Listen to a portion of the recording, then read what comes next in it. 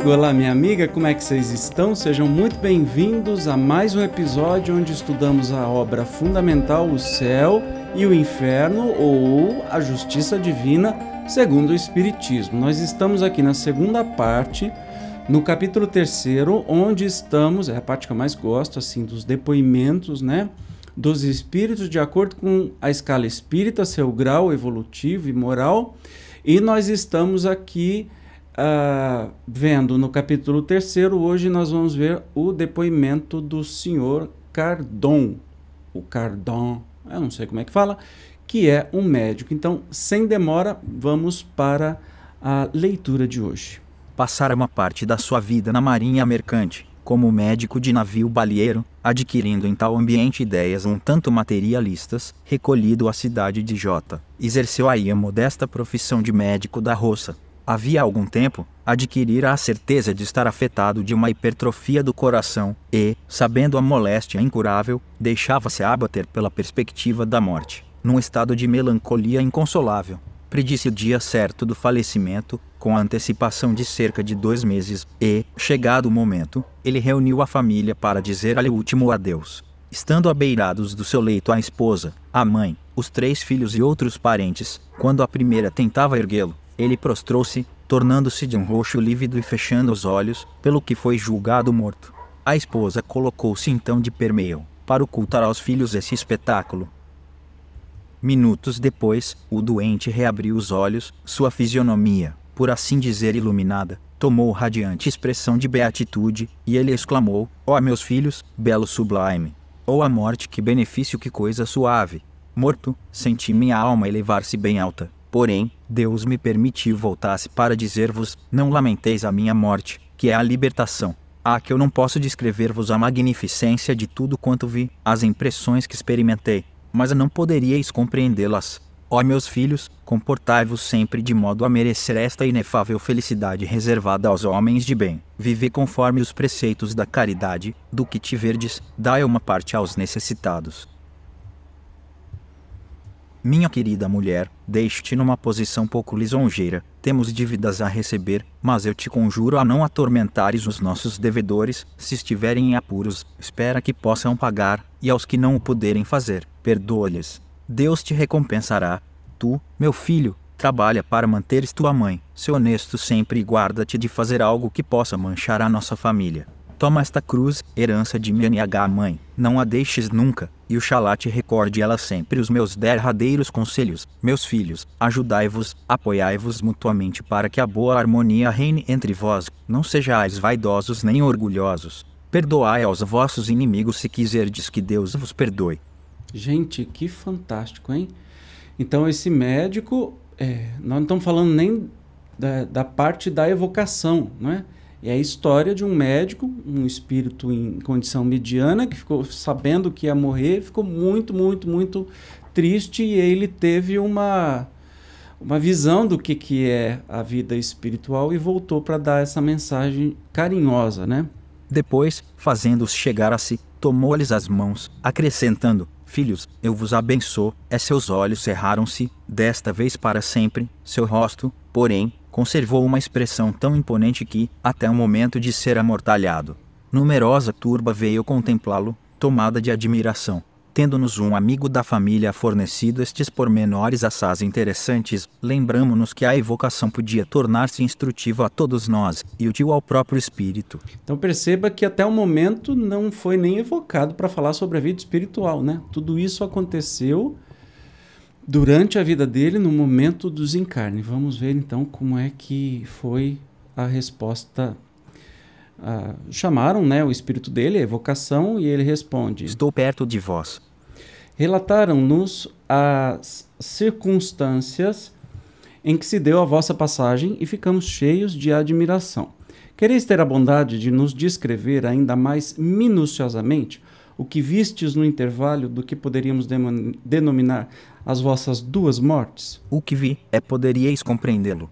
Não sei, visto como não encontraria expressões apropriadas à compreensão do que pude ver durante os instantes em que me foi possível deixar o envoltório mortal.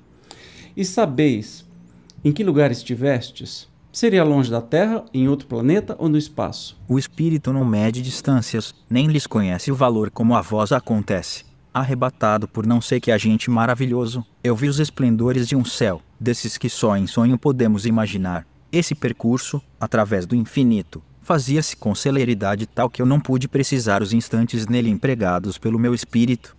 E fruís atualmente a felicidade que entrevistes? Não, bem desejaria poder fruí-la, mas Deus não deveria recompensar-me de tal maneira. Revoltei-me muitas vezes contra os pensamentos abençoados que o coração me ditava e a morte parecia-me uma injustiça. Médico incrédulo, eu havia assimilado na arte de curar uma aversão profunda à segunda natureza, que é o nosso impulso inteligente, divino. Para mim a imortalidade da alma não passava de ficção própria para seduzir as naturezas pouco instruídas. Embora o nada me espantasse, maldizendo o misterioso agente que atua perenemente, a filosofia desviara-me, sem que eu desse por isto, da compreensão da grandeza do Eterno, que sabe distribuir a dor e a alegria para ensino da humanidade. Então, quando ele estava para morrer, né, ele entreviu a vida espiritual, mas ele não foi viver esta felicidade que ele entreviu, porque ele não tinha merecimento para isso, e ele mesmo diz que não podia ser desse jeito, mas porque ele só acreditava na vida, não estava nem aí. Mas vamos continuar aqui nas respostas. A pergunta é, logo após o definitivo desprendimento, reconhecestes o vosso estado? Não, eu só me reconheci durante a transição que o meu espírito experimentou para percorrer a etérea região. Isto, porém, não ocorreu imediatamente, sendo-me precisos alguns dias para o meu despertar.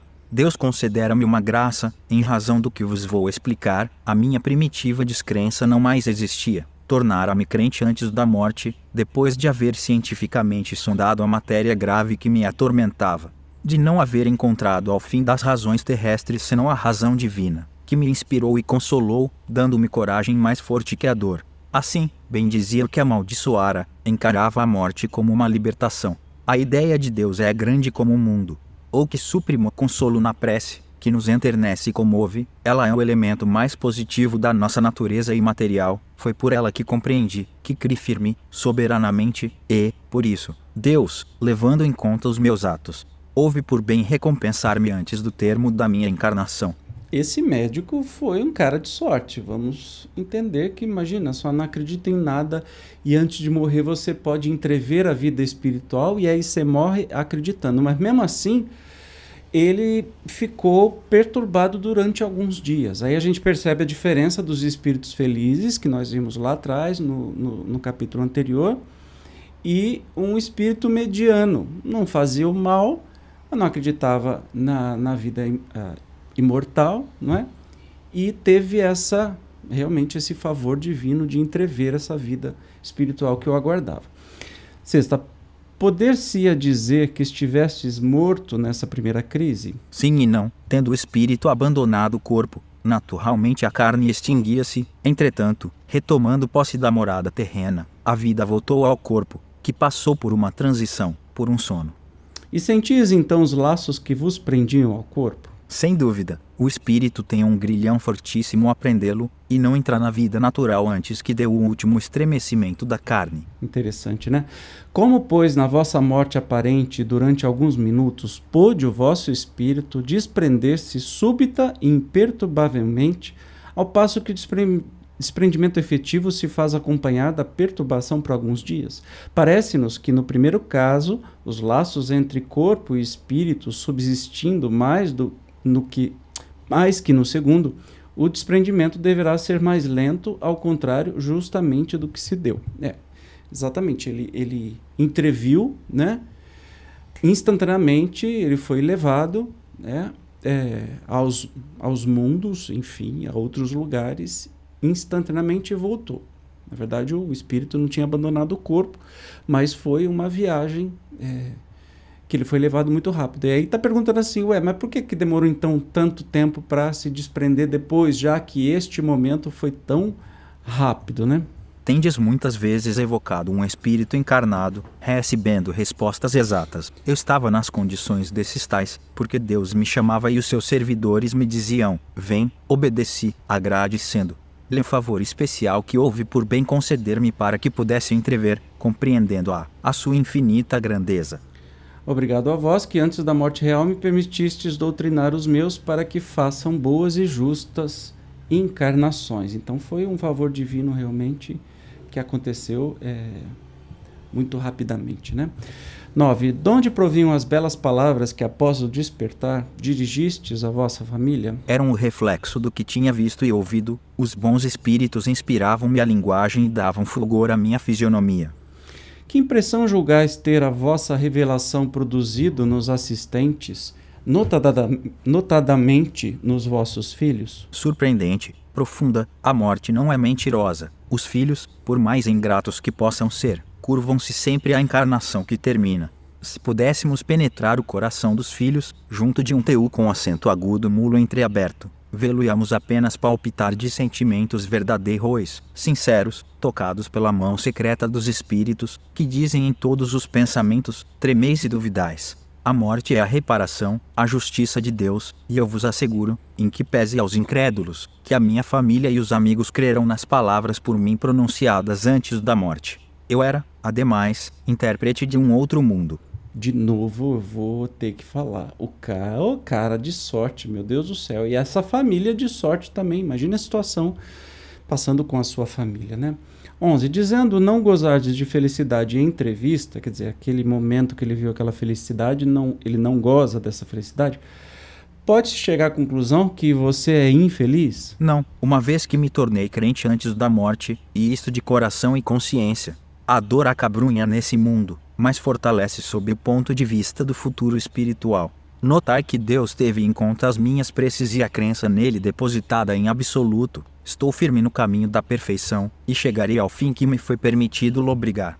Orai, meus amigos, por este mundo invisível que preside aos vossos destinos. Esta permuta fraternal é de caridade, é a alavanca que põe em comunhão os espíritos de todos os mundos. 12. Acaso você quer dirigir algumas palavras à vossa mulher e aos vossos filhos? Peço a todos os meus que acreditem no Deus poderoso, justo, imutável, na prece que consola e alivia, na caridade que é a mais pura prática da encarnação humana. Peço-lhes que se lembrem que do pouco também se pode dar, pois o óbolo do pobre é o mais meritório aos olhos de Deus, desse Deus que sabe que muito dá um pobre, mesmo que dê pouco. Ah, gente, que coisa mais linda, né? E ele continua aqui essa mensagem linda para a sua família, né? O rico precisa dar muito, e repetidamente, para merecer outro tanto. O futuro é a caridade. A benevolência em todos os atos é considerar que todos os espíritos são irmãos, sem se preocupar jamais com as mil pueris vaidades da terra. Tereis rudes provações, querida, amada família, aceitai-as, porém, corajosamente, lembrando-vos de que Deus as vê. Repete humilde esta prece: Deus de amor e bondade, que tudo faculteis sempre, dá-nos força superior a todas as vicissitudes, torna-nos bons, humildes e caridosos, pequenos pela fortuna e grandes de coração. Permite seja espírita o nosso espírito na terra, a fim de melhor te compreendermos e te amarmos. Seja teu nome emblema de liberdade, ó meu Deus, o consolador de todos os oprimidos, de todos os que necessitam de amar, perdoar e crer. Cardon. Lindo demais, né? Você percebe que maravilha, né? Espírito medianamente, né? Os espíritos medianos, condições medianas, que ainda teve essa oportunidade de poder informar para a família e para seguir um caminho, ele que nunca acreditou em Deus e na vida futura. Ah, que maravilha! Mas nós temos no próximo episódio mais uma comunicação, dessa vez espontânea, ou seja, não foi evocada, perguntada, de Eric Stanislas, de 1863. Vai ser muito legal. Eu te espero como sempre. Até lá. Tchau.